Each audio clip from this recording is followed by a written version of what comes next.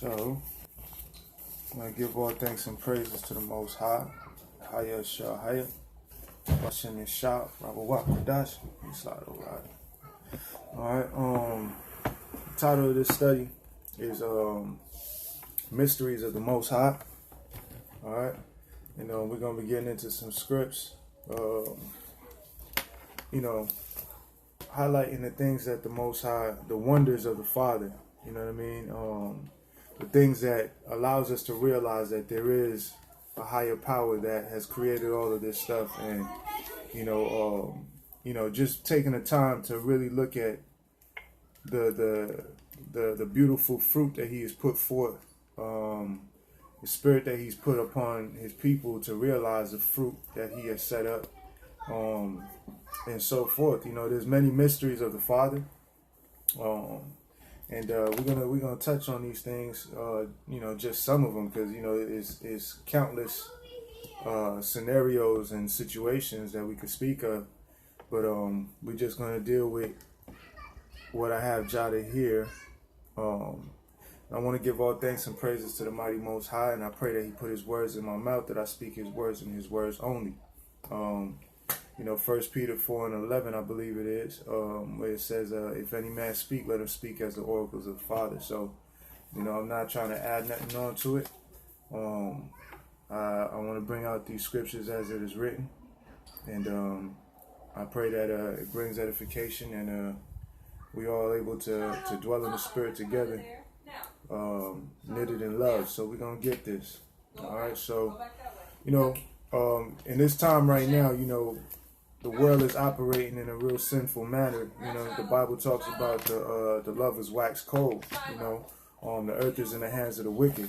So there's a lot of things that's going on right now that's causing people to go astray from the Bible, causing people to not believe in the precious word of the Father, and it causes a stumbling block to a lot of people who don't have a clue as to what the Bible speaks of or the things that He has set up. So we're gonna take time today on this beautiful Shabbat to really admire the Most High's work and the mysteries of these things, these wonders that He has set up. You know what I'm saying? So we can glorify Him as one body. You know what I'm saying? One portion of the body, whichever it is, right? So we're gonna go to 2 Corinthians 4:18. Right. So it's just looking around at all these things. It's almost impossible in my mind not to believe, right? So right there. 2 Corinthians chapter 4, verse 18. Mm-hmm. Yeah. No, chapter 5. It's like, yeah. Chapter 4 and 18. Uh-huh. While we look not at the things which are seen, but at the things which are not seen. For the things which are seen are temporal, but the things which are not seen are eternal. So the things that are not seen are eternal. There's a lot of workings that we don't even see because our minds is set on a particular. We're set in this realm, you know what I'm saying? But it's spiritual activity going on all the time. And when we talking about the mysteries of the Most High, understand it's all spiritual works. And some of these things, a lot of these things we can't even see with the carnal eye. We got to be in touch with the spirit. That was 2 Corinthians 4:18, right? So a lot of times people go off of that things, off of what they could see. But, you might see a man that's walking down the street, right? Quote unquote, what they'll consider homeless or something like that, right? And you might see him walking down the street speaking, and people will look at him and cast him off as crazy. But in reality, what my understanding is that the brother is seeing things that we cannot see. You know what I'm saying? And he's actually speaking of something, it's all spiritual, and, I would say there's certain things or certain parts of our spirituality that's unlocked in a wicked way that may cause people to be tormented by these spirits. And when you see these people walking down, doing things that hurt themselves, afflict themselves, it's because they tapped into something that they weren't supposed to. You know what I mean? On the flip side of that, you would hear about somebody that got in a devastating car accident or something, and they come out with no hurt, no broke bones or nothing, probably a scratch. You're like, man, you're lucky. Nah, they weren't lucky. It's the mysteries of the Most High. He had his angels protect that person because the decree didn't go out for them to pass away. You know what I'm saying? But these kind of things we can't see with the carnal eye. So when it says here, while we look not at the things which are seen, but at the things which are not seen, us in this truth, in this walk, we understand that the things that are working behind the scenes that we can't see is a continual thing. You know what I'm saying?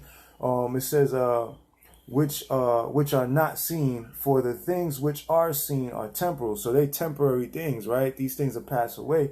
It says, but the things which are not seen are eternal. So the Most High Spirit that is making everything work, that's an eternal thing, right?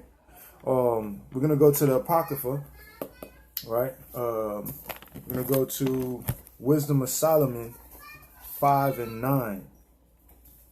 All right. Wisdom of Solomon 5 and 9. Wisdom of Solomon, chapter 5, verse 9. All those things are passed away like a shadow, and as a post that hastes by. Right. So, these things that are carnal, they pass away, right? But when we're talking about the things that the Most High set up, these things are eternal. They're going to stand firm. And a lot of times we're not even going to really understand what's going on. But we're going to take this time to reflect on these things, So I just pray that the brothers and sisters walk with me as we go down these scriptures and see what the Most High is revealing to us here, right? Let's get verse 10. You can start from 9. Okay. Yeah. All those things are passed away like a shadow, and as a post that hastes by. Chapter 5, verse 9, and we're going down to 10. Yeah.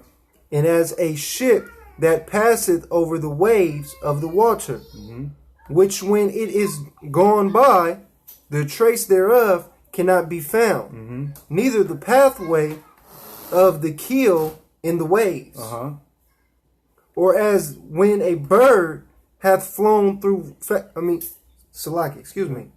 or as when a bird hath flown through the air, there is no token of her way to be found.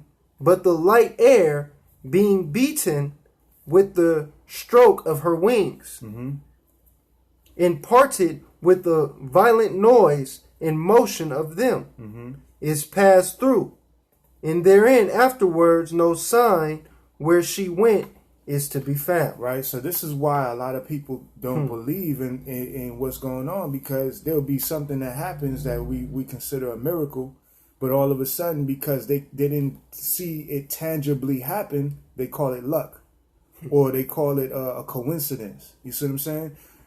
And just like it gave the analogy of a bird that's flying through the air, and we're not seeing the pressure that it's putting under the air to continue its flight.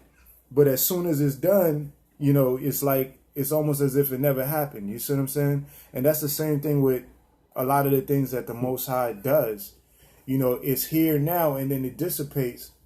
But because they didn't see the angels working that the Most High sent to do it, or they haven't seen the spiritual side of all these things, they count it as luck, or everything else but the Father working.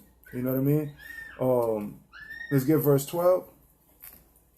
Or like as when an arrow is shot at a mark, it parteth the air, which immediately cometh together again. Okay, so when the Most High makes intercession for a situation and puts his hand on something, he does it, and then he goes, he is basically back to normal as if it never happened. So a lot of people take that for granted, but we got to take time to really look at the mysteries of the Father. Everything that's within our life is bearing witness of the truth. You know what I'm saying? And these things are considered mysteries to the carnal mind. but even to the spiritual, because the Father is so great in his works that we can't fathom the things that he does. You know what I'm saying? But all we could do is use what he has left for us and reflect on it, right? Go ahead, verse 12. You can read 12 and 13, then we'll go to the next one. Okay. So that a man cannot know where it went through. 13. Even so we, in like manner, as soon as we were born, began to draw to our end, and had no sign of virtue to shew, but were consumed in our own wickedness. Okay. So again, things pass by. You know, life continues to move. And this also is beautiful too, because this also connects with time, right? The way time passes by, you don't see it, but it's moving continually. Same thing with the spiritual activity of the Father and the angels that minister onto his people and so forth. You know what I'm saying? The miracles that happen upon man and so forth. You know, these things are mysteries, you know, and because we can't see the spiritual side, science has used these things to write them off as phenomenons outside of the Father. You know what I mean? But we know better, right? So we're still in the Apocrypha. We're going to go to Sirach 39 and 17, also known as Ecclesiasticus. Okay. 39 and 17.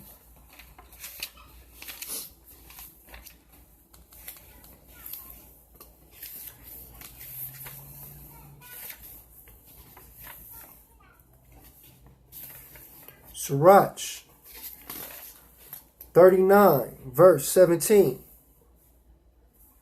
And none may say, what is this? Wherefore is that? For at time convenient they shall all be sought out. At his commandment, at his commandment the water stood as in heat, and at the words of his mouth the receptacles of waters. At his commandment is done whatsoever pleaseth him, and none can hinder when he will save. The work of all flesh are before him, and nothing can be hid from his eyes. He seeth from everlasting to everlasting, and there is nothing wonderful before him. So there's nothing that we can do that's like amazing to him. You know what I mean? We talking to the Almighty Creator of all things, right? Verse 21. A man need not to say, what is this? Wherefore is that? For he hath made all things for their uses. So everything has a purpose. You see what I'm saying? The wind was set up for a reason. The sun, moon, and stars were set up for a reason. The angels were set up for a reason. You know, man was set up for a reason. Everything has its use. Water was set up for a reason. So forth. The herbs of the earth. Everything has a purpose. You know, and these things that the Most High set up with their own purpose, because of the way that the world is operating, a lot of these things are misused or abused. You know what I mean? So forth. But everything has its use, right? Everything has its purpose, right? Let's go to we still in the Apocrypha. We're gonna go to Baruch 5 and 7. All right, Baruch 5 and 7.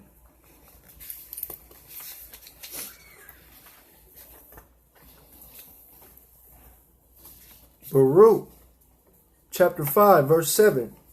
For AHAYAH hath appointed that every high hill in banks of long continents should be cast down, in valleys filled up, to make even the ground, that Israel may go safely into the glory of AHAYAH. So he makes a path for his people, right? The heathens will look at that like, man, what was that? You know, natural disaster or stuff like that. Oh, it's everything but the Most High, right? Keep going. Moreover, even the woods and every sweet-smelling tree shall overshadow Israel by the commandment of AHAYAH.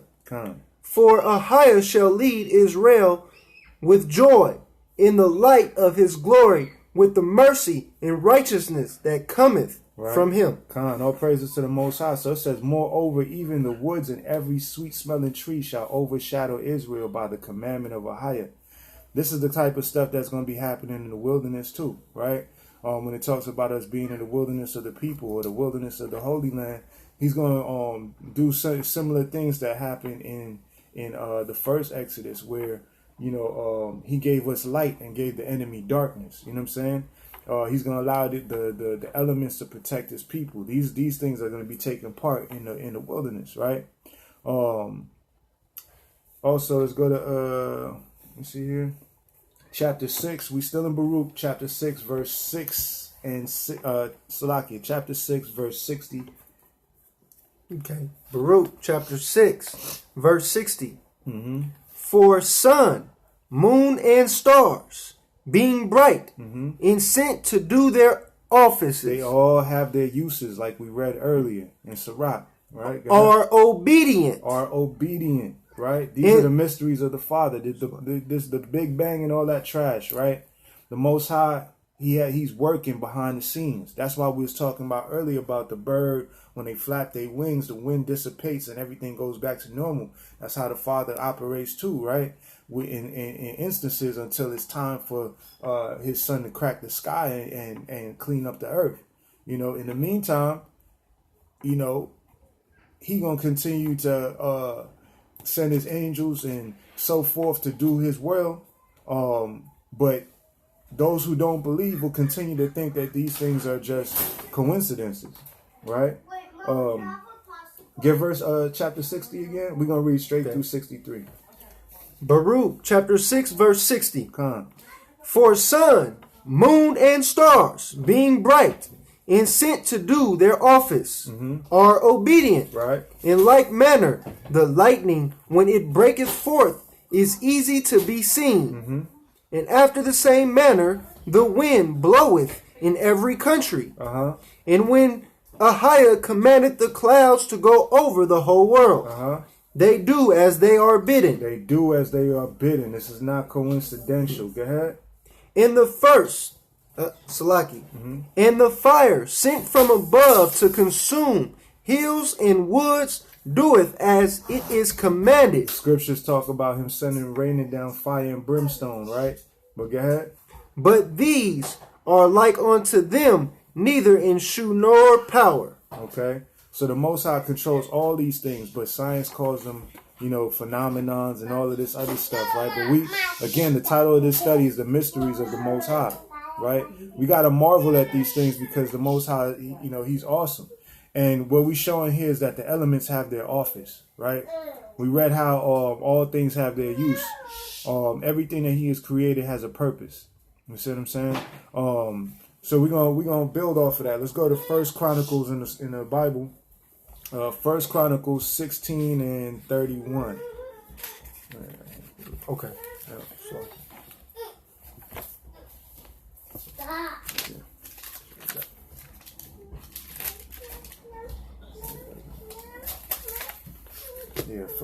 First Chronicles, I said 16 and 31.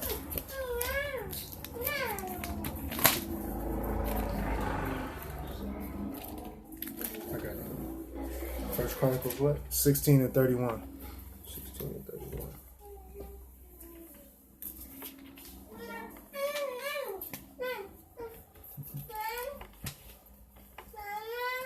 Mm, 16. Yeah, 31. First Chronicles 16, chapter 16, verse 31. Let the heavens be glad, and let the earth rejoice, and let men say among the nations, the Lord reigneth. Right? So it's not no coincidence. The Father reigns. That's why these things are taking place in the earth. That's why everything is set up the way it's set up. Right? Go and tell the scientists that. Right? The Most High reigns. Right? Go ahead. We're going to read all the way down to 33. Then shall the tree of the wood sing out at the presence of the Lord, because he cometh to judge the earth. Because he come to judge the earth, right? Go ahead. Oh, give thanks unto the Lord, for he is good, for his mercy endureth forever. Forever, right? And say ye, save us, O AHAYAH, of our salvation, Come. and gather us together, and deliver us from the heavy, from the heathen. That's 33? It's 35. Okay. So yeah, I just went up to 33, but yeah, man, you see, so the Most High, he set everything up for his people, right? But at the same time, first and foremost, it's all about his will. And none of these things are coincidental. All right? The elements have their office. We're going to go back to Ecclesiastes, Ecclesiastes in the Bible. Ecclesiastes 1 and 6.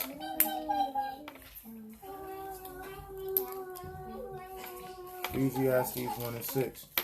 Again, the title of this study is The Mysteries of the Most High. All right.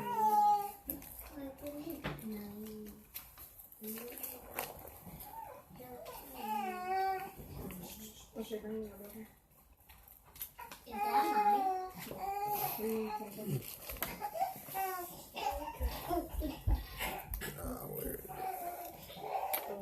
you find it yet?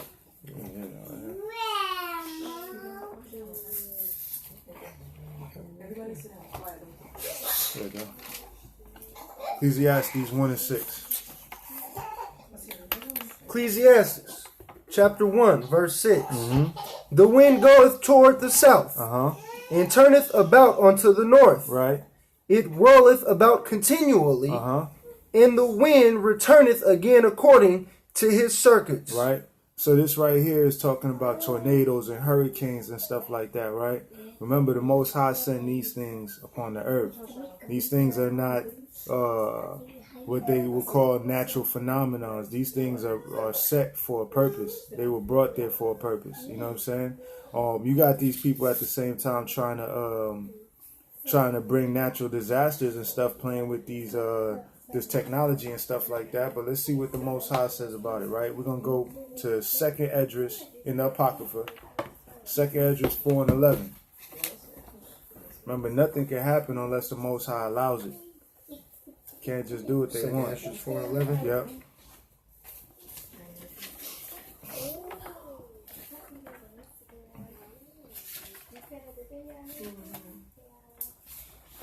Second Esdras chapter 4, verse 11 reads as, how should thy vessel then be able to comprehend the way of the highest? Right. How can a vessel of the Most High, such as a person that believes or walks in it, or anything that he sets up, how can you understand the ways of the Most High?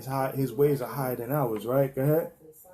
In the world being now outwardly corrupted, to understand the corruption that is evident in my sight. We see it very clearly, right? Go ahead. Then said I unto him, it were better that we were not at all, than that we should live still in wickedness. So it's better that you wasn't even born if you continue in wickedness, right? This is the kind of stuff that needs to be brought out amongst the world, especially when we street preaching and stuff, especially amongst anybody that comes into this understanding and wants to go backwards, right? Understand the mysteries of the Father, man. It's a terrible thing to fall into the hands of the Most High, right? Go ahead, read that again.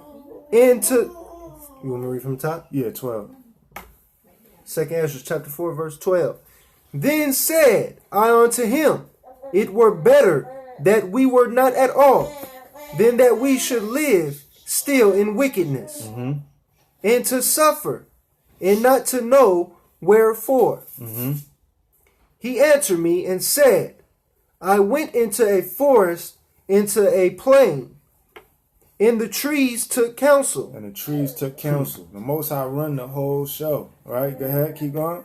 And said, come, let us go and make war against the sea, that it may depart away before us, and that we may make us more woods. Right.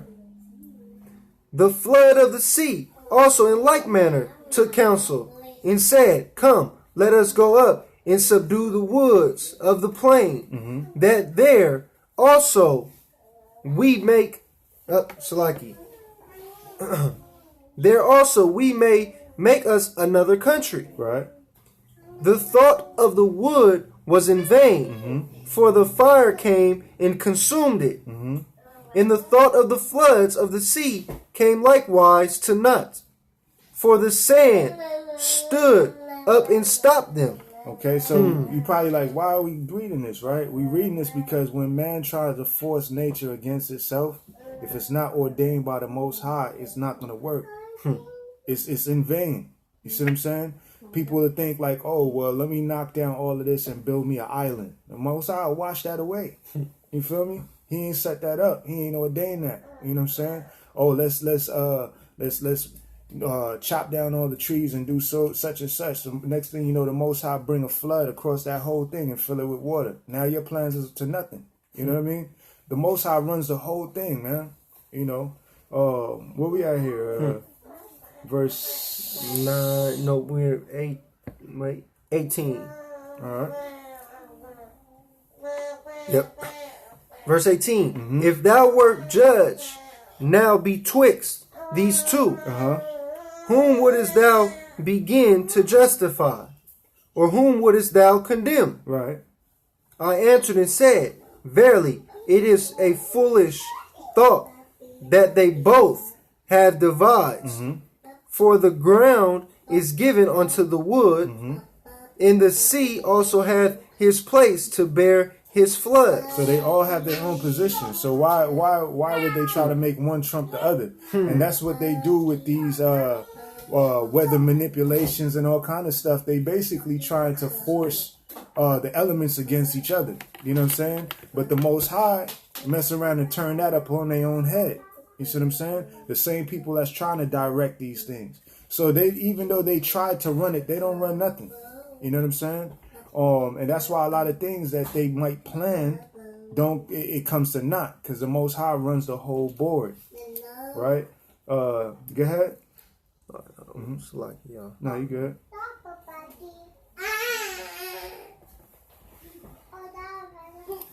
Okay. Verse 20. Nope. 19. I answered and said, Verily, it is a foolish thought that they both have divided. I'm sorry. Basia, watch yourself, okay, my love? All right. I answered and said, Verily, it is a foolish thought that they both have devised.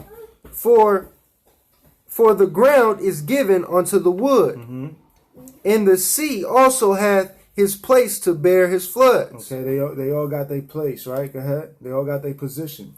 Then answered he me and said, Thou hast given a right judgment, but why judgest thou not thyself also? For like as the ground is given unto the wood, and the sea to his floods, even so they that dwell upon the earth may understand nothing but that which is upon the earth. Okay, so we need to stay in our lane, man, and not try to figure out the Father like we know what He's thinking, right? All we could do is deal with what He has given us, that is here upon the earth. You know what I'm saying? You got these people trying to fly out into space and tell us what's out there. You're trying to tell us what life is made of and all kind of stuff, and like all of that stuff, they going beyond their bounds, right? But go ahead. Nothing but that which is upon the earth. And he that dwelleth above the heavens may only understand the things that are above the height of the heavens. Then answered I and said, I beseech thee, O Lord, let me have understanding. Let us have understanding, and that's what we trying to do. We trying to deal with here, man. We just trying to look at the Father's work, man, and ask Him for understanding. You know what I'm saying? With the stuff that He has given us. You know what I mean? So we're gonna look at some of these things that is astonishing in my mind, right? That's all a reflection of the Most High's power, right? Let's look at let's go to Job 26:7. Let me see this guy. You got yours? Yep.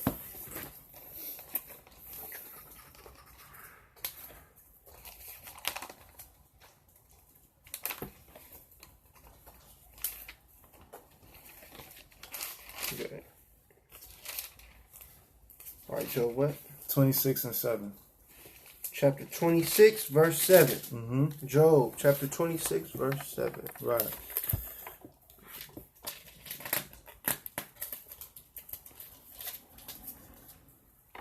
He stretcheth out the north over the empty place, and hangeth the earth upon nothing. Right. So, these people always trying to figure out every and anything. They got people thinking the earth is shaped like this and it's shaped like that, when in reality, the earth bear witness of the work of his hands. It is what it seems like. What it looks like is what it is. You read Genesis, it tells you what it is, right?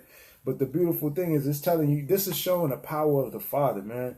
He stretcheth out the north over an empty place, right? So basically, the way the north is, this is kind of meat, so I'm not going to try to go too deep in it, but I am going to, AHAYAH willing, pull out a study about the earth, right? But when it's talking about here, when it says he stretcheth out the north over the empty place, I'm going to always rock with what the Father says over what science tells me, because they try to use that against the Most High. The north, when you look at the biblical description of the earth, what we call the north is actually the middle of the earth. And the reason why he's saying he stretched it, because that's how he stretched the firmament. He stretched the sky. From the middle, it's like putty. You take putty and you stretch it. Stretch it. Only the Father can do those kind of things. We talking about the mysteries of the Most High. And he's telling you how he created the sky. Right? It says right here, he stretcheth out the north over an empty place and hangeth the earth upon nothing. Right? So the earth is sitting on pillars, while science is telling us it's just floating in the air. Right? But anyway, I wanted to touch on that. But like I said, there's a study that I got sitting that I want to get deeper into that. But let's tackle something else, right? We're gonna go to Slovakia, second address in the Apocrypha, 16:3. Second address 16:3.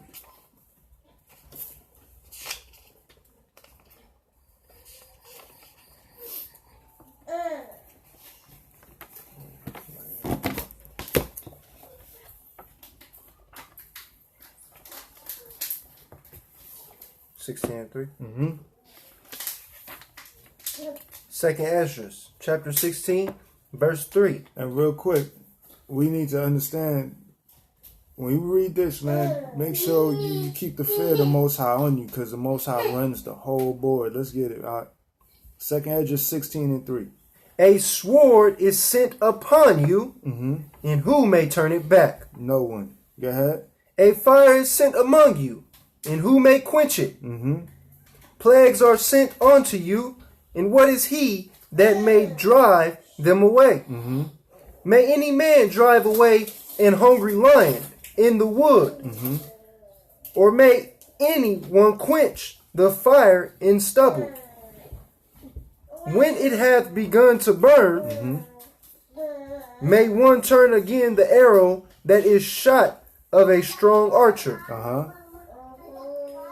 The mighty Lord sendeth the plagues, and who is he that can drive them away? A fire shall go forth from his wrath, and who is he that may quench it? He shall cast lightnings, and who shall not fear? He shall thunder, and who shall not be afraid? Right. the Lord shall threaten, and who shall not be utterly beaten to powder at his presence. Verse 12. The earth quaketh, and the foundations thereof. The sea ariseth up with waves from the deep, and the waves of it are troubled, and the fishes thereof also. Wherefore the Lord and before the glory of his power. Right? So we are to be fearful before the Most High's power. You know what I'm saying? When he set these things against people, they cannot stop it. You know what I mean? So, you know, a lot of times, you know, science tries to, again, remove him completely out the picture, but we have to look and be at awe at the Father's work. You know what I'm saying? And be fearful to fall on the wrong side of his judgment. You know what I'm saying? So yeah, man, you know, this is just touching on the Most High's power. You know what I mean? And that's a mystery within itself. You know? Oh yeah, we're gonna go to 1 second. We're still in the Apocrypha. We're gonna go to 2nd Esdras 7 and 19. This is a very powerful verse right here. All right. Understand who's ruling everything. 2nd Esdras 7 and 19.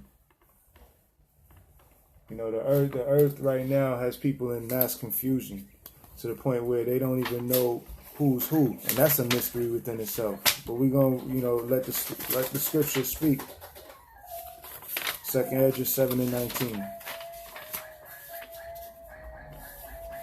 7 and 19. And he said unto me, there is no judge above AHAYAH, and none that hath understanding above the highest. Not even the smartest scientist. Not even the most acclaimed metaphysicist. None of them. You see what I'm saying? Not even the serpent himself. All right? The Most High is the Most High. You know what I mean? We still in 2nd Esdras. We're going to go to 2nd Esdras chapter 2, verse 41.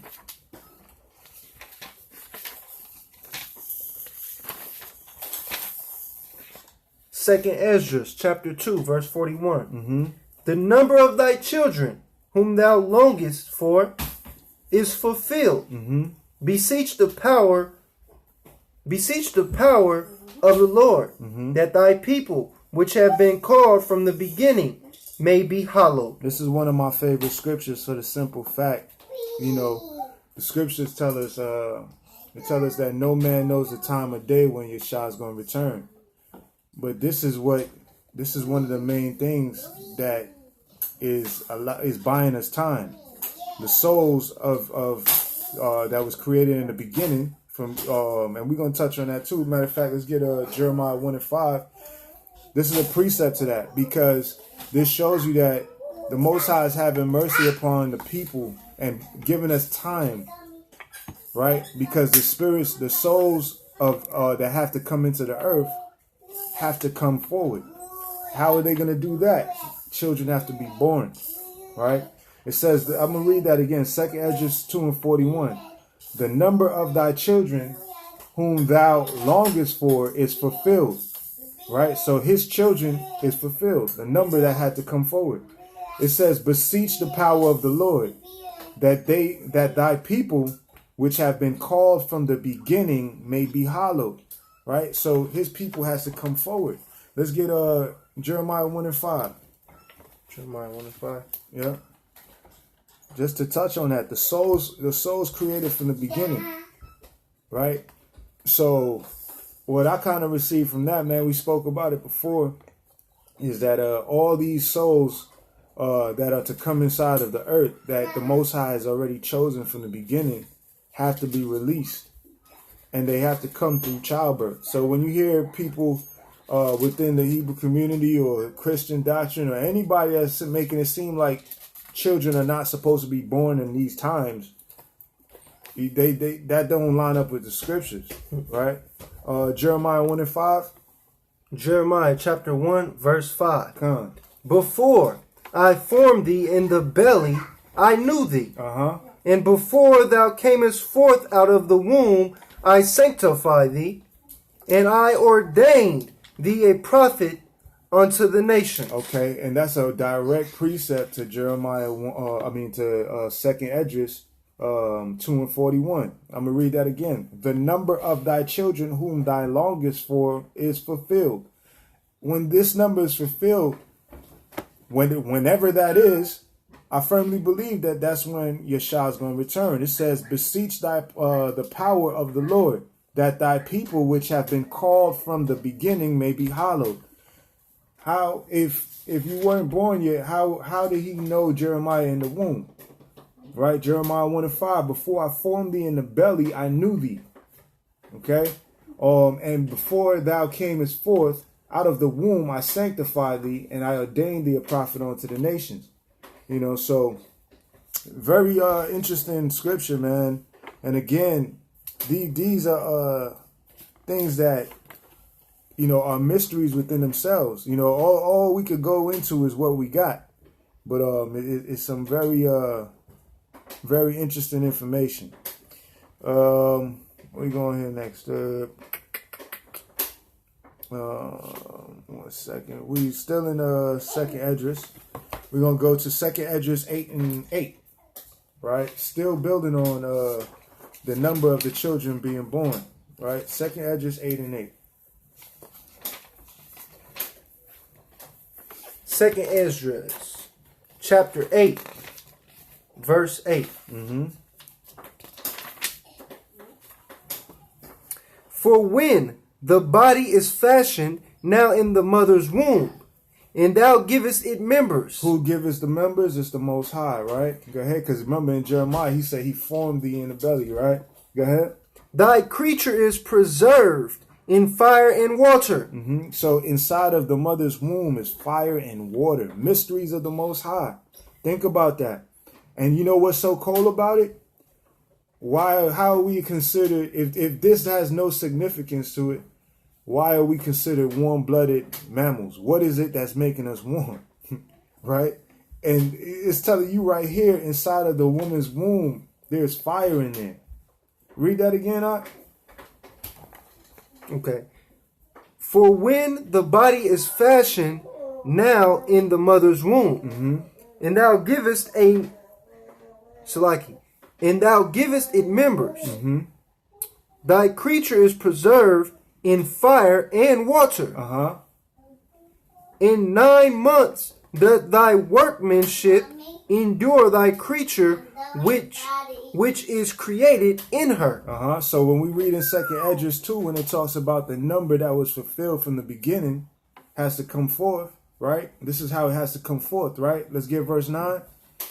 But that which keepeth and is kept shall both be preserved. Uh-huh. And when the time cometh, the womb preserveth, delivereth up the things that grew in it. Right. So that's all the works of the Father, right? Keep going. For thou hast commanded out of the parts of the body, mm-hmm. that is to say, out of the breast milk to be given, which is the fruit of the breast. But science tells us that we came from a microorganism. This is supreme engineering by the Father himself. And what I'm trying to touch on, when it's talking about the souls being hallowed that was set up from the beginning, they have to come through birth. They have to come through childbirth. That's how they're going to come into this world, right? Let's get verse 11.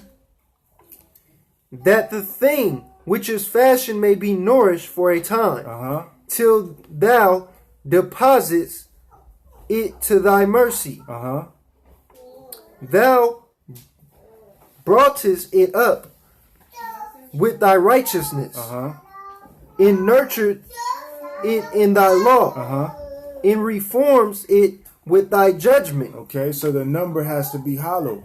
And these people that he knew from the beginning, that he called forth from the beginning, you know, he's going to preserve them once we don't go astray from what it is that he set us up with, right? But he knew us from the beginning. Keep that in mind, right?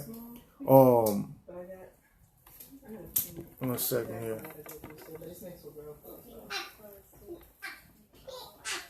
One second, y'all.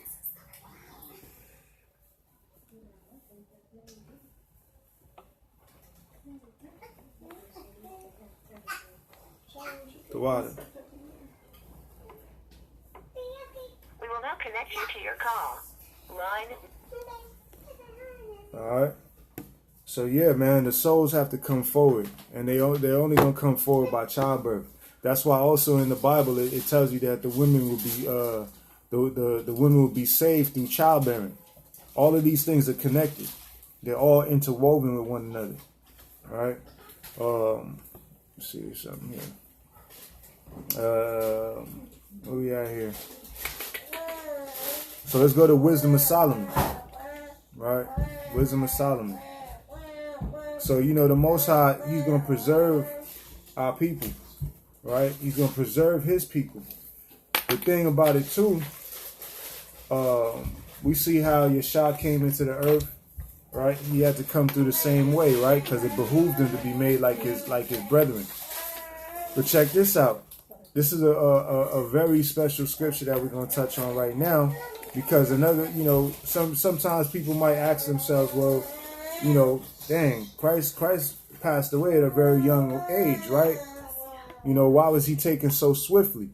Another mystery, right? But the scriptures allows us to understand why. Let's go to Wisdom of Solomon 4 and 8. Wisdom of Solomon, chapter 4, verse 8. For honorable age is not that which standeth in length of time, Right. nor that is measured by number of years. Right. So, you know, again, he put his words in the mouth of babes. So if somebody, you know, is younger than you or whatever and is giving you some good fruit, all praises to the Most High. Don't shoot it down because you're older than them in age or whatever, right? But go ahead, keep going. But wisdom is the gray hair unto men, and an unspotted life is old age. Okay. So wisdom is what shows your maturity. You see what I'm saying? That's what shows your maturity, your level of understanding through wisdom, right? And you know, Yasha was full of it. When it describes him, it tells you that his hair was like wool, white as snow, right? But anyway, keep going.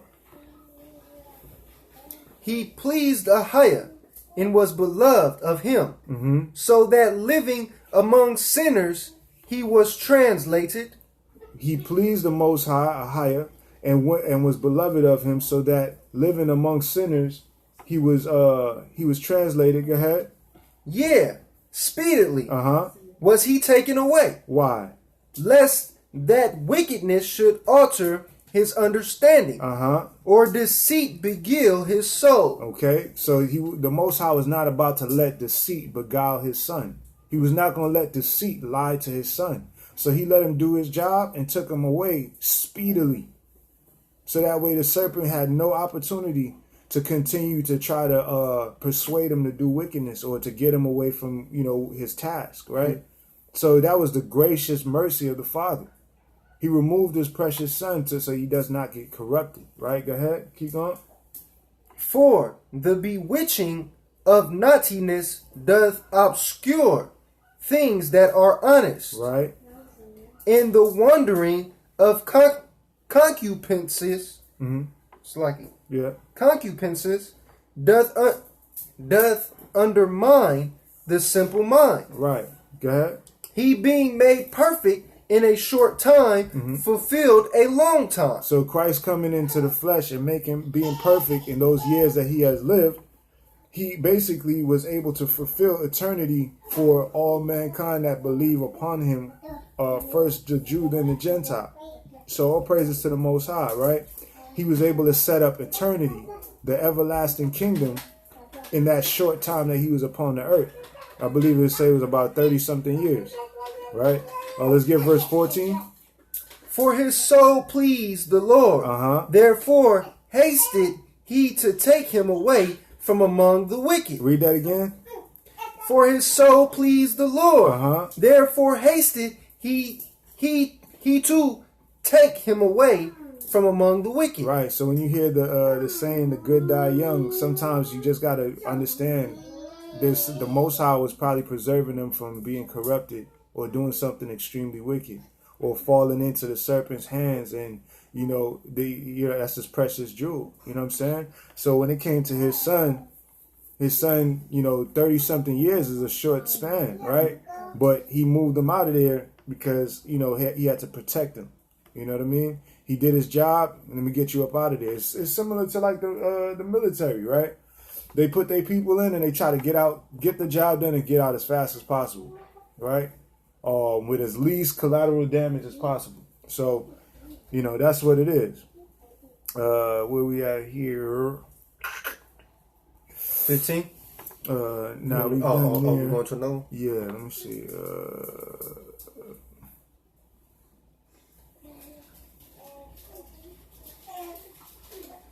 We're going to go to Job 12 and 10.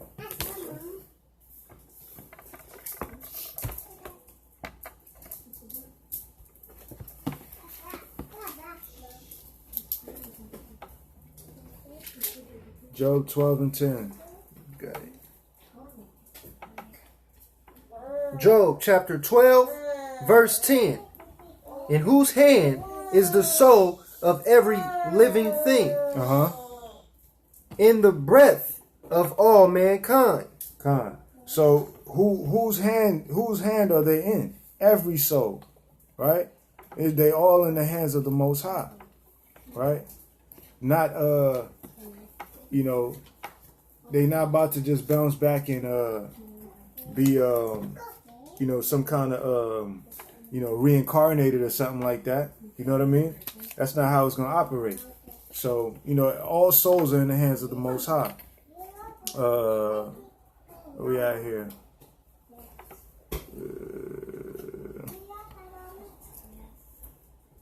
Let's go to I'm gonna go back to Second Esdras. Second Esdras chapter 2. Salakia, Second Esdras 5 and 1. All right. Second Esdras 5 and 1.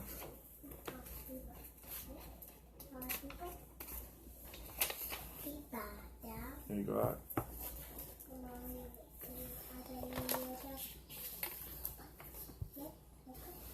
Second Esdras, chapter 5, verse 1. Nevertheless, as concerning the tokens, behold, the day shall come, that they which dwell upon earth shall be taken in a great number. In the way of truth shall be hidden.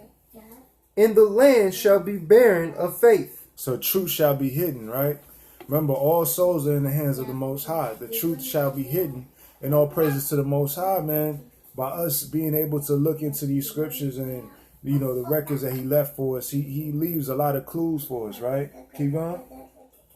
In the land that thou seest now to have root, shalt thou see wasted suddenly. But if the Most High grant thee to live, thou shalt see after the third trumpet, that the sun shall suddenly shine again in the night. Right here. Or you didn't get two. Ooh, select. It's good. I'm skipping. But iniquity shall be increased above that which now thou seest, or that thou hast heard long ago. Right. So as the times progress, the amount of wickedness that's going on in the earth is going to continue to happen because a lot of people don't understand that their soul is in the hand of the Father. Right. The love is wax cold, but keep going. In the land that thou seest now to have roots, shalt thou see wasted suddenly. So the place where you live, where it says you have root, in other words, you're stable there, you'll see it be wasted away, right? Because the Most High runs this. I can't stress it enough. Keep going. But if the Most High grant thee to live, thou shalt see after the third trumpet that the sun shall suddenly shine again in the night. So his hands is right. You are in his hands, right? Keep going. In the moon thrice in the day. And blood shall drop out of wood, and the stone shall give his voice, and the people shall be troubled, Keep going. and even he shall rule, whom they look not for that dwell upon the earth. So they're not looking. Go ahead. Keep going. And the fowls shall take their flight away together, Everything is going to be out of balance. Go ahead. Keep going. and the Sodomitish sea shall cast out fish, and make a noise in the night, which many have not known, but they shall all hear the voice thereof. Right. The whole earth is going to be out of whack. Right. This is the kind of stuff that's in the works right now. Keep going. That's why I just saw a disturbing picture today, man. I saw a pig with wool on it. No joke. And that basically was a hybrid creature. A pig with sheep's wool on it. That's the kind of stuff that's going on. The whole world is out of balance. Right? Go ahead, keep going. There shall be a confusion also in many places, and the fire shall be oft sent out again, and the wild beasts shall change their places. So they're gonna move themselves from the woods into your cities. That's the kind of stuff that's gonna be going on. Keep going. And menstruous women shall bring forth monsters. So women shall bring forth monsters. These are the mysteries that the Most High has put in books for us to look at. Read that again, because you see what's going on. You got these women that are actually having what they call designer babies. Read that again. There shall be a confusion also in many places. Babylon is the land of confusion. Babylon means confusion. Keep going. And the fire shall be oft sent out again. So he gonna rain fire again. Keep going. And the wild beasts shall change their places. They're gonna be living in places that they normally don't dwell at. Go ahead. And menstruous women shall bring forth monsters. Shall bring forth monsters. Right? Look at what's going on nowadays with the stem cell research and all kind of stuff.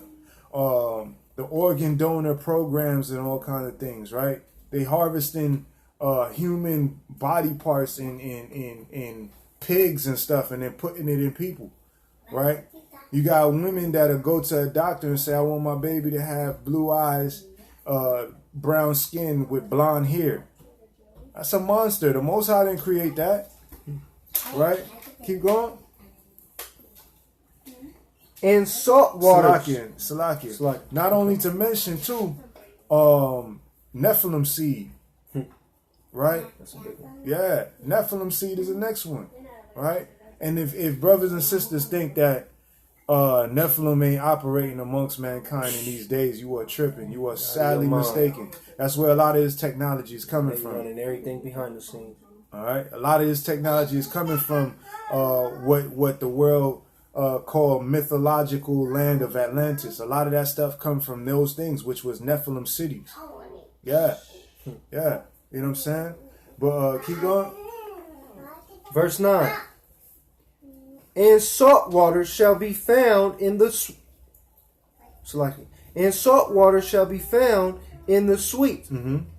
And all friends shall destroy one another. Right, so everything gonna be upstairs. Friends is gonna be against each other.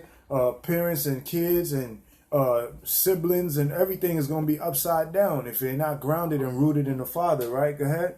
Then shall wit hide itself, and understanding withdraw itself into his sacred chamber. Okay, so people won't be operating with logic no more. They'll be doing things that don't make no sense. Like a woman marrying a woman. Or a woman calling herself a man and then having a baby. Bro, that's the kind of stuff that's going on around right now. Okay? But that's the hand of the Most High against this earth because they are reprobate.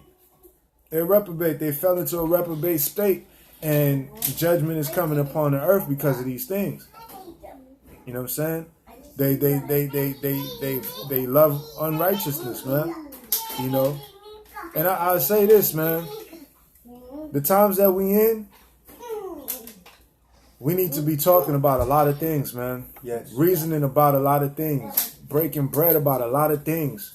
And, you know, if you plug your ears to the things that's going on around you, that's something that you're going to have to deal with the Father on. You know what I'm saying? At the end of the day, he tells us to pray and keep watch. Not plug our ears and stick our head in the sand. You know what I'm saying? That's what it is. You know? So, you know, a lot of brothers and sisters is falling away, man, because, you know, they rather do worldly things than to operate the way the Most High says. And I will tell you this, man, I said it earlier, I'm going to say it again. It is a terrible thing to fall into the hands of the Most High. And what I mean by that, if the Most High sets his judgment against a person, nobody can take you out of that. Not mommy, daddy, cousin, uncle, friend, you know, godparent. No, it's over. It's over. You know, this is all we got. So I don't see how anybody could get this gift that a lot of people can't even understand what we're in or what the Bible represents, let alone what he's revealing to us. And then there's people that find that out and then throw it in the trash like it's nothing. Like, you know, go back to worldly ways. My heart goes out to that, man. And I would definitely say this. If you're still alive, you're still able to breathe, he woke you up this morning, that means you can still turn the boat around. You can still repent. You can still focus on what he said and get right with him. You know, it's time to do that. You know, it's high time, man. It's time to wake up, not go back to sleep. You know, so, you know, all praises to the Most High, man. Let me see something here. Yeah, man, the whole world is out of balance because of the desires of men. It's contrary to the will of the Father. You know, so let's see what we got here.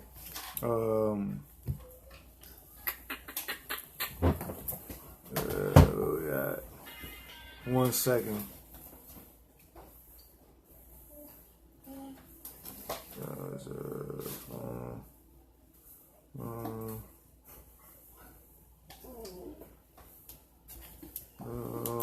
So next we're gonna go to Sirach or Ecclesiasticus 13 and 26. You know, like it says. Let me see this real quick. It says the last verse that we read. It says, then shall wit hide itself, and understanding withdraw itself into his secret chamber. So again, people not even going to be thinking straight no more. All right. Now we're going to go to Sirach 13 and 26. Ecclesiasticus 13 and 26. 13:26. Yep.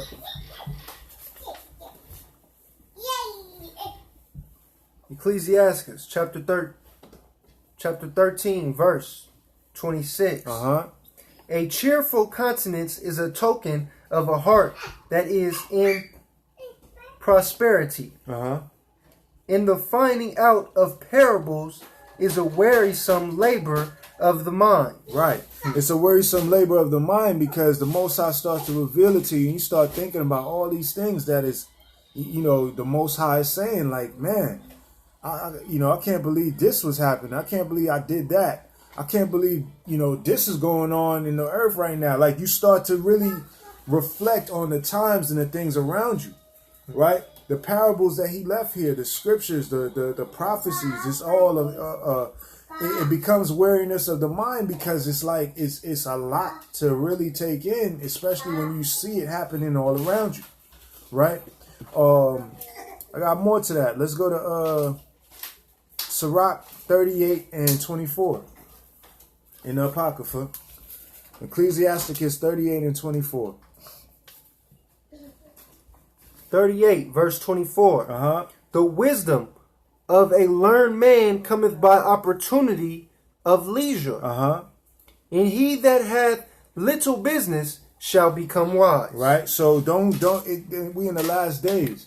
Don't be filling yourself up with a bunch of distractions. because you're not going to be receiving the wisdom the way you should or the way you could if you preoccupy yourself with everything but trying to understand where we at in the times, right? It says the wisdom of a learned man cometh by opportunity of leisure. Make sure you set aside some time to learn about your father. Make sure you set aside some time to ask him to reveal truth to you, to open up your understanding, right? It says, and he that hath little business shall become wise. So make sure, just like you can set up all kind of appointments to do carnal things, set up appointments to open up your Bible. Set up appointments to pray with the Father. You know what I mean? Set those things up, right? So the only way to get more understanding in these scriptures is to you know, set up some time, right? And we're going to get another one in the Apocrypha. We're going to go to Sirach 12 and 1. 12 and 9 it looked like. Ecclesiastic is 12 and 9. 12 and 9. Mm-hmm. 12 and 9. Yeah. In the prosperity of a man, enemies will be grieved. But in his adversary, but in his adversity, even a friend will depart. Right. So in the prosperity of a man, enemies will be grieved. But in his adversity, even a friend will depart. Right. So when you're doing good and you're starting to build yourself up, you're gonna see people gonna start coming at you crazy, talking to you wild. You know what I'm saying? But then when you all the way down, you all the way down. Ain't nobody really around like that, right? But keep going. Never trust thy enemy, for like as iron rusteth, so is his wickedness. Keep going. Though he humble himself and go crouching, yet take good heed and beware of him. And thou shalt be unto him as if thou hast wiped a looking glass. Right. And thou shalt know that his rust hath not been altogether wiped away. Right. So, you know, again, as you continue to build yourself in these times, you know, Christ say he came to set a man at variance, right?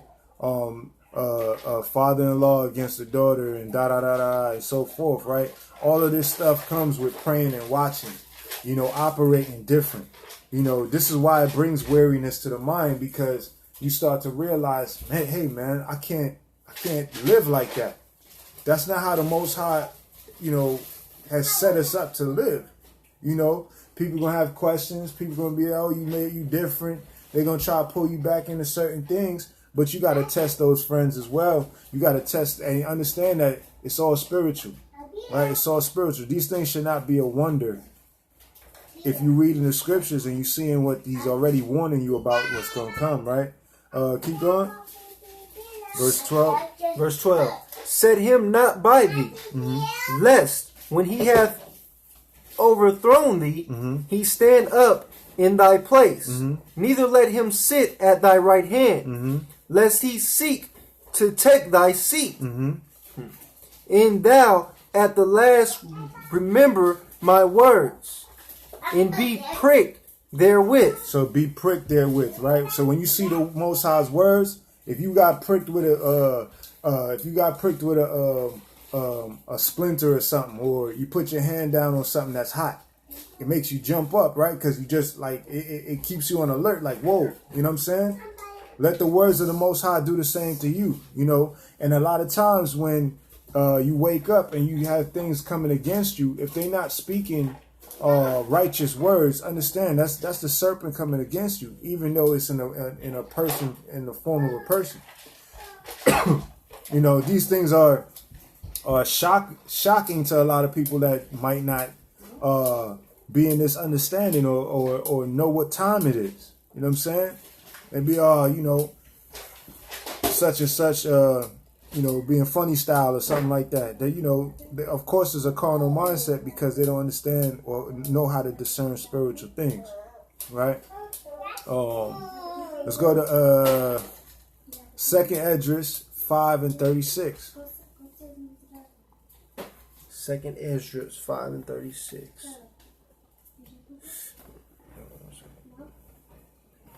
You see this one? Sorry.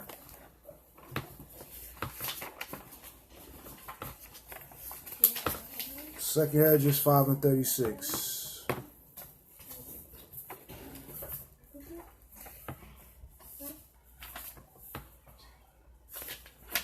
Second Esdras chapter 5 verse 36 reads as, And he said unto me, Number me the things that are not yet come. Gather me together the drops that are scattered abroad. Make me the flowers green again that are withered. Open me the places that are closed. And bring me forth the winds that in them are shut up. Shew me the image of a voice. And then I will declare to thee the thing that thou laborest to know. And I said, O Lord, that bearest rule, who may know these things? But he that hath not his dwelling with men. As for me, I am unwise. How may I then speak of these things whereof thou askest me? Then said he unto me, Like as thou canst do none of these things that I have spoken of, even so canst thou not find out my judgment, or in the end the love that I have promised unto my people. Right. You know what I'm saying? All this stuff is straight out from the love of the Father. You know what I'm saying? But again, his ways is so high, much higher than ours, man. All we can do is use the things that he has set up for us, the prophecies, the scriptures. And, you know, a man can't explain the Most High's knowledge. You know, so if he say, look, study to show yourself approved because these times are coming. You know, he knows what's before us. You know what I mean? And he's already trying to warn us about what's to come. All right. Next, we're going to go to Isaiah 40 and 12. I got you right here. Okay. Isaiah 40 and 12. Isaiah chapter 40 verse 12 reads as, Who hath measured the waters in the hollow of his hand, and meted out heaven with the span, and comprehended the dust of the earth in a measure, and weighed the mountains in scales, in the hills in a balance. Right? Who can do these things, right? Science has been trying for a very long time. They've been trying to find out the depths of the sea. They can't do it. You know, they can't measure the water. They can't measure the earth itself. Right? So it's just showing, man, these things are mysteries that the Most High is not going to just, you know, give to these people or to anybody. These are things that he have in his own private chamber. You know what I mean? But, you know, in these last days, we got to really recognize who our power is, man.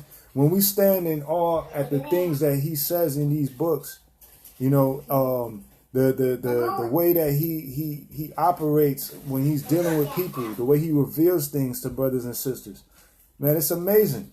It's amazing, and it to me is silly to reject those things. Let's get verse 28. Verse 28. Same chapter. Basia, Shalom. You beautiful ladies, have a seat. 28. Hast thou not known? Hast thou not heard that the everlasting AHAYAH, the Lord, the creator of the ends of the earth, fainteth not, neither is weary. There is no searching of his understanding. There is no searching of his understanding. So, you know, people can't say what he wants to say and try to speak for him. We got to speak what he put for us to speak, and that's it. You know what I mean? You know, these mysteries are set up because, you know, the Father said it in his own chambers, like I mentioned, man. These things is not, you know, science is not going to get these things like that. And it's for his people to seek out the ways to walk and operate that'll be pleasing to him. All right? Next, we're gonna go to let's see something here. I'm gonna go to 2nd Esdras 12 and 36.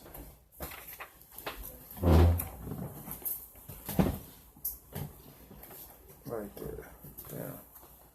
2nd Esdras 12 and 36. 2nd Esdras 12 and 36. Thou only hast been meet to know this secret of the highest. Therefore, write all these things that thou hast seen in a book, and hide them, and teach them to the wise of the people. So understand, these people that don't believe in God, and they put science over the Most High, or everything before the Father, they're not going to understand the mysteries of the Father that He does reveal through His scriptures, right? But that's another reason why, where we read earlier, a man gains wisdom by the opportunity of leisure. We got to apply ourselves, man, because there's a lot of nuggets in these scriptures that allows us to get closer to the Father, to know how to operate in these times, to know what's coming, right? Which one was that? That was 38. And teach them unwise. So you read 36? Hold on, excuse me. Thou hast been meet to know the secret of the highest. Yeah, I read that. Therefore, write these and hide them. Yep. No, 38. Yeah. Verse 38? Yep, verse 38. And teach them to the wise of the people, whose hearts thou knowest may comprehend and keep these secrets. Right, so who will know the mysteries of the Most High? Those that seek Him out. Those that open up these scriptures and dig into them, right? We'll understand, not all of them, right? Not all the mysteries of the Most High, but the ones that He has jotted down for us to have, right? He told Esdras to hide it in these scriptures, right? But science look every place else. I would tell you this though, when they go and find these big dinosaur bones, best believe they going in through these scriptures to find out where to dig. I'll tell you that, and that's what's going on there. Let's go to we still in the Apocrypha. We're gonna go to 2nd Esdras 8 and 62. Chapter 8, verse 62. Khan. Reads as, these things have I not shewed unto all men. Wait, read that again. These things have I not shewed unto all men. So when you're talking about these super smart scientists, they, if they're not in tune with the Father and going through the scriptures to seek it out, they're not gonna get it, right? Neither are it's hard. It's sad to say, but neither are family members or friends that are not seeking out the Most High. They don't have a clue as to what's going on, and even when you tell them, they believe scientists over you, right? But read that again. But these things have I not shewed unto all men. He has not shown this unto all men, these mysteries of the Father. Go ahead. But unto thee. But unto us who seek Him out, right? And a few like thee. And a few like thee. So the others that kind of dig into these books and try to get it, right? So, you got like in Christianity, they be having little sprinkles of it too, right? But go ahead. Then answered I and said, behold, O Lord, now hast thou shewed me the multitude of the wonders. All praises. Which thou wilt begin to do in the last times. But at what time thou hast not shewed me. Right? So He don't know when it's going to happen. None of us know when it's going to happen. That's why when I say the mysteries are revealed, but we don't know exactly when these certain things are going to happen, that's why we got to pray and watch. Right? Let me see here.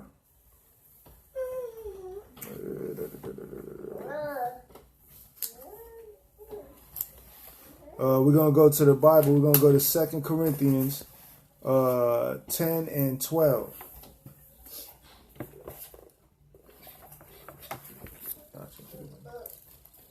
It's holding up, huh? 2 Corinthians 10 and 12. Okay. Hey, you know what though? Before we get that, I wanted to read this thing out of Josephus talking about that, right? Because the last scripture we just read, it says that he didn't reveal these things unto all men, right?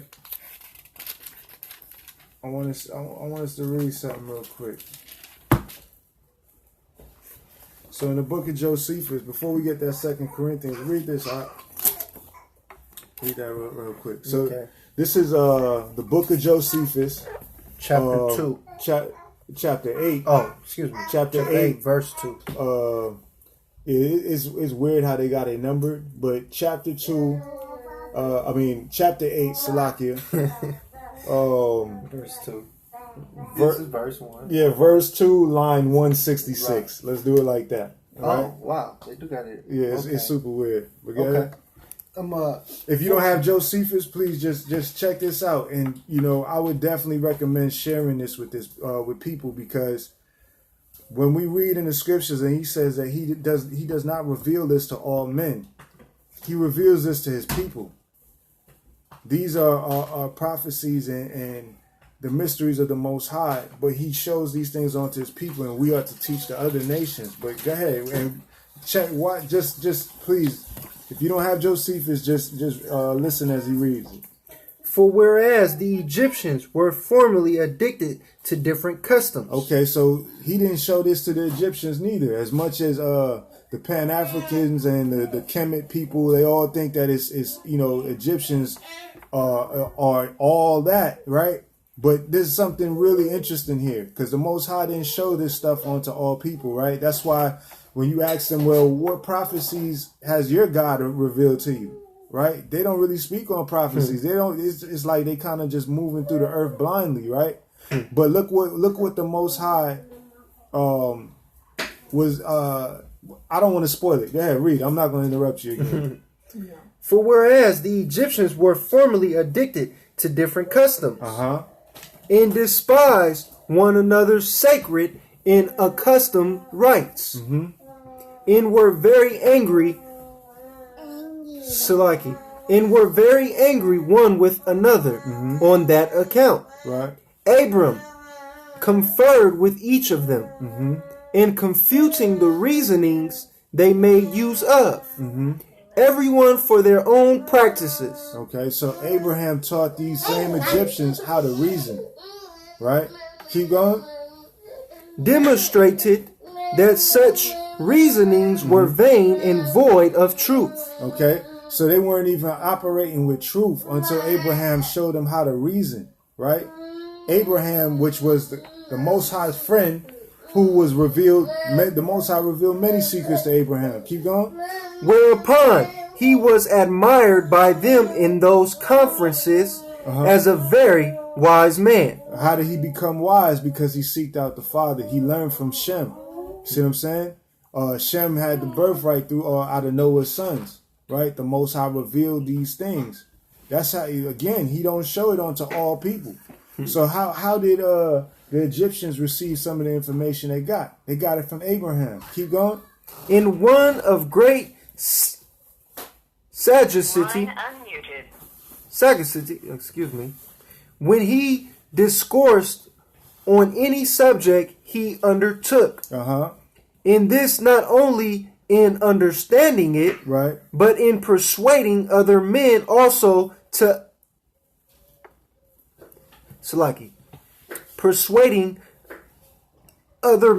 also to assent to him. Right. He communicated to them arithmetic. He taught them how to do math, right?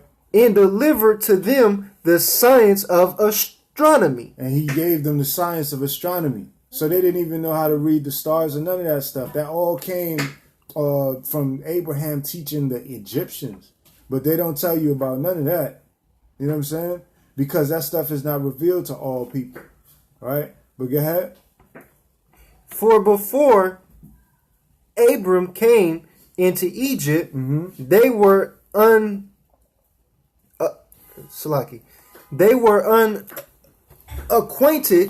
with those parts of learning. So before Abraham came, they had no understanding of arithmetic, right? Because they make it seem like the Egyptians are some kind of master mathematicians because, you know, they got pyramids in their land and stuff like that. Oh yeah, they so great with this and that, but they learn from the Hebrew. They learn from the Hebrew, or what they would call the Hyksos, right? The shepherd people. That's the Most High's people, children of Israel, right? Go ahead.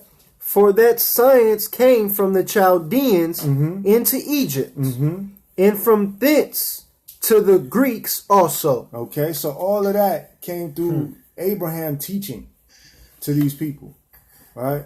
So again, when we read the scriptures and it say he didn't show this on to all men, these things weren't shown to all men. It's shown on to his people. You see what I'm saying? So now we can get that 2 Corinthians 10 and 12. All right. I just wanted to read that, man, because that's a cool little fun fact, man, for those that be trying to push against the God of Israel, man. You know. 2 Corinthians 10 and 12. 2 Corinthians chapter 10, verse 12. For we dare not make ourselves of the number, or compare ourselves with some that commend themselves. Okay, so go ahead, keep going.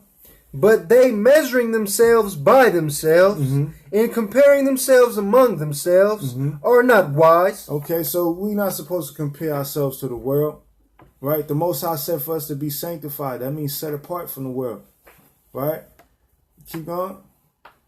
But we will not boast of things without our measure, but according to the measure of the rule which AHAYAH had distributed to us. Okay, so we're not going to go beyond adding things and putting all kind of other stuff into the understanding. We got to deal with what he gave us. You know what I'm saying? Stay within our realms of the boundaries that is set by the Father. You know? So yeah, man. Don't compare yourself to anybody else, man. Just do what we got to do. All right? Let's see here. Let's go to second Esdras. I got a couple more here, and then we're gonna shut it down. Let's go to second Esdras 4 and 5. Second Esdras chapter 4 verse 5.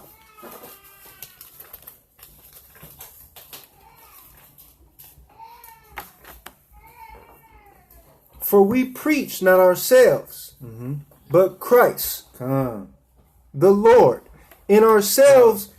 Second Esdras. Oh, excuse me, Salaki, y'all. Yeah. Second Esdras chapter 4 verse 5, but that was powerful. Yeah. Second Esdras chapter 4 verse 5. Okay. And I said, tell on, my Lord. Then said he unto me, go thy way. Weigh me the weight of the fire. Right. So the Egyptian's so smart. Tell him to weigh the weight of fire. Go ahead.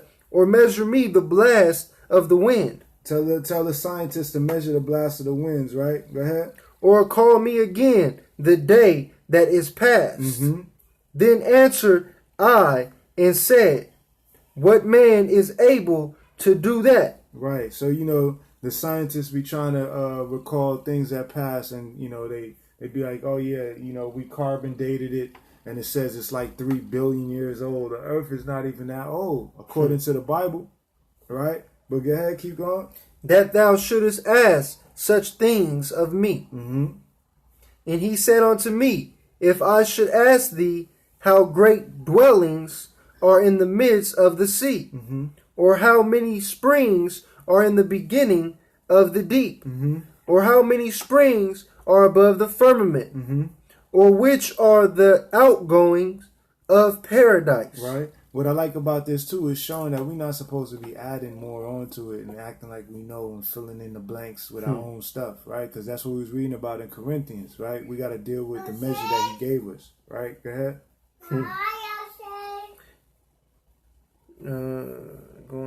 Okay. Verse 8. Per adventure thou wouldest say unto me, I never went down into the deep, nor as yet into hell. Right. Neither did I ever climb up into heaven. So we can only speak on the things that he got for us. We can't be adding more to it. Go ahead. Nevertheless, now have I asked thee, but only of the fire and wind, and of the day wherethrough thou hast passed, and of things from which thou canst not be separated, and yet canst thou give me no answer of them. Right? So, again, we can only deal with the measure that he gave us, man. Anything else becomes philosophy, and it's off, and it's against the Most High's will. That's not what he called us to do. All right? We're still in the Apocrypha. We're going to go to 2nd Esdras 4 and 36. 4, verse 36.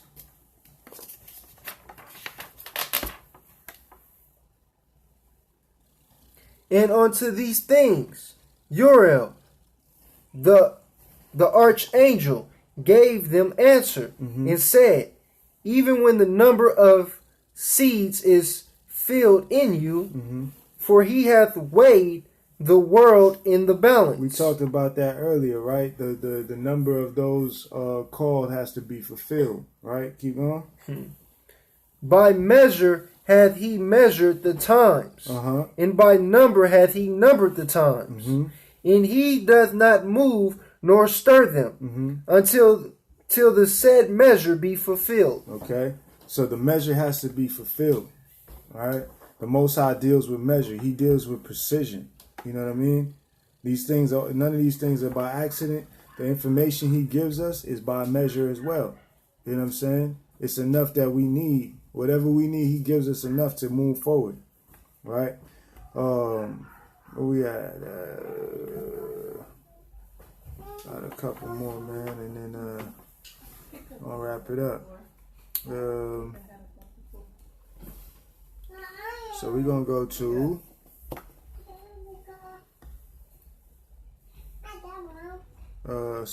Ecclesiasticus 38 and 24. Thank you. Ecclesiasticus 38, chapter 38 and what? 24. 24. Salakia. Not even that one. Wisdom of Solomon 7 and 15. Sorry about that. It's all good. It's all good, brother. Chapter 7, verse 15. AHAYAH hath granted me to speak as I would, and to conceive as is meet for the things that are given me, because it is he that leadeth unto wisdom, Right. and directeth the wise. For in his hand are both we and our words, all wisdom also, in knowledge of workmanship. Con. For he hath given me certain knowledge of the things that are, namely, to know how the world was made and the operation of the elements. Right. So this is the kind of stuff that the Most High revealed to us. You know, those are the things that we can speak confidently on. But things that we have no, we can't be trying to add more into it to make it seem interesting or anything like that. You know what I'm saying? We got to deal with the information that the Most High gave us, man. So, and the lost books help reveal a lot of these things too, right? We look in Genesis, it talks about how the earth was made and stuff like that. And, all praises to the Most High for allowing us to get that. All right. But last, I got this one here. I got two more and then we done, right? So when it's talking about how the earth was made and stuff, we was talking about earlier how he stretched out the north, and hang the earth upon nothing. We wouldn't know about stuff like that if we didn't, seek out these kind of informations about how the Most High created things. So I just want to bring out this one. I got two more verses, and we'll leave it there. But I'm going to go to the book of Jubilees, chapter 8. All right, when he's talking about, Wisdom of Solomon 7 and 15, we were just reading how it talks about how he gave us the information and how things was created. This is a mystery here within itself as well. Jubilees 8 and 19. Yeah. And he knew that the Garden of Eden is the holy of holies. Right. See, and when we talk about the mysteries of the Father, man, you know, we know the garden was a blessed place, but how much people knew how holy it was like that, right? But keep going. In the dwelling of the Lord. So the Garden of Eden is the dwelling of the Lord, right? Keep going. In Mount Sinai, the century of the desert. Right. So that's synonymous with center. That's the center of the world, right? Keep going. In Mount Zion, the center of the navel of the earth. So Mount Zion is considered the navel of the earth, right? The mysteries of the Most High, man. You know, that's what makes that Holy Land so special. It is the center of the whole earth. Keep going. These three were created as holy places facing each other. Man, some good information right there. We would never know that if it wasn't for the lost books. You know what I'm saying? So these things he revealed to his servants, man, little by little, you know, here and there a little bit. You know what I'm saying? But all praises to the Most High for that. And last but not least, I'm going to go to Luke 8:17.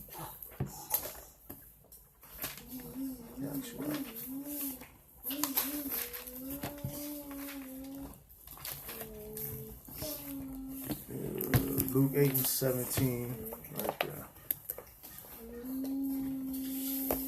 Luke chapter 8, verse 17 reads as, "For nothing is secret that shall not be made manifest, Right. neither anything hid that shall not be known and come abroad. Take heed therefore how ye hear, for whosoever hath, to him shall be given, and whosoever hath not, from him shall be taken even that which he seemeth to have." Okay, so there's nothing hidden that shall not be made manifest. So when we talk about the mysteries of the Father, you know, he's going to reveal things through his records onto those that seek him out. At the end of the day, everything is going to be brought forward, and it'll all be shown in the last days. So all praises to the Most High. You know, again, the title of the study was The Mysteries of the Most High. And just touching on certain things, man, as, you know, little fun facts here and there, highlighting the different things that the Most High has allowed us to understand and the things that we don't understand. And, you know, when we talk about in Jubilees how Jerusalem's the navel of the earth, you know, question would be why, right? But none of us can answer that, right? You know, even just hearing things like the garden, Mount Sinai, and there was another place. What was the third one? Mount Zion, and I don't want to butcher it, but anyway, Yeah, I don't either. He mentioned 3 places and said that they all face each other, which is another interesting fact, because that means that the Garden of Eden is somewhere over there. They're all facing each other, you know. And, you know, just little fun facts, man. You know, also, you know, all praises to the Most High and the Josephus, you know, seeing how Abraham taught the Egyptians, you know. These are cool things that, you know, just seeking out the Most High, you start to realize that everything goes to him, you know. But all in all, man, I just want to bid everybody a blessed Shabbat. You know, may all y'all stay blessed and continue steadfast in the doctrine of Christ. Also, you know, we're going to be keeping Passover out in Reno. If you haven't yet, please send out an email to scattersheep@yahoo.com, you know, with your information, and, you know, brothers and sisters will get to you and, you know, for more information. But all in all, just want to say Shabbat Shalom to everybody. Hope you have a blessed Shabbat, and stay blessed. Anything? Shalom and peace, love, and blessings. Peace, love, and blessings. Shalom.